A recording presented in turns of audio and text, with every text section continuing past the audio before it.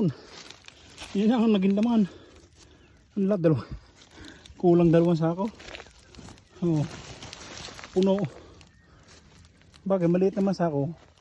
Lagayan lang ng pakain ng isda. Pero ang dami na. Kaya ko ay ilusong to. Oh. Dalawa oh. Ito das, pag hindi kaya ilusong. Ngayon lang nangyari to. Na marami tayong nakuha.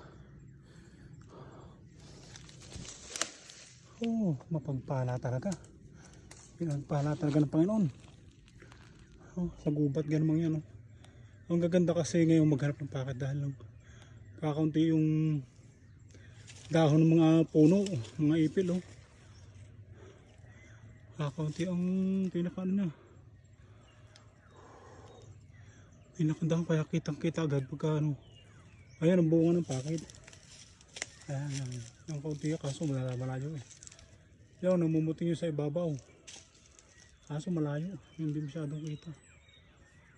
Thank you Lord, pauwi na tayo. Hapon na.